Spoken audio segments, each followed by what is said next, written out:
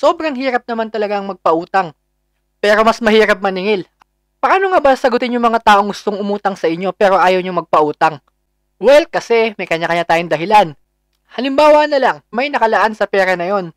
Ang pinakamagandang sagot na naisip ko, just be honest. Sabihin mo may nakalaan na sa perang to. Sabihin mo, may project kasi ako. Or kung ayaw mo magpautang dahil hindi siya marunong magbayad, ayaw mo masaktan damdamin niya, white lies na lang. Kaya nga tayo nagtatrabaho para makaipon. Para mabigyan ng magandang buhay yung pamilya natin. Sobrang hirap naman talagang magpautang. Pero mas mahirap maningil. Aminin natin yan.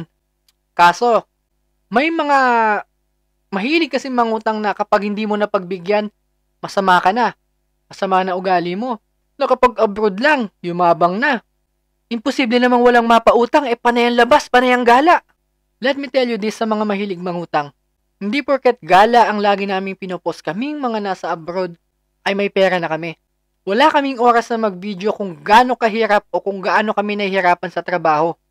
Hindi nyo alam kung ano yung hirap na pinagdadaanan namin bilang mga nasa abroad. Bakit di ko binabanggit yung OFW? Technically, hindi po ako OFW. International student po ako.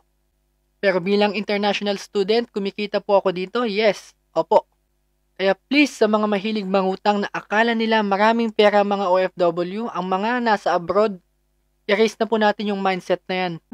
Let's just very considerate sa mga binibitawan nating salita sa tuwing hindi tayo napagbibigyan kapag tayo ay mangungutang.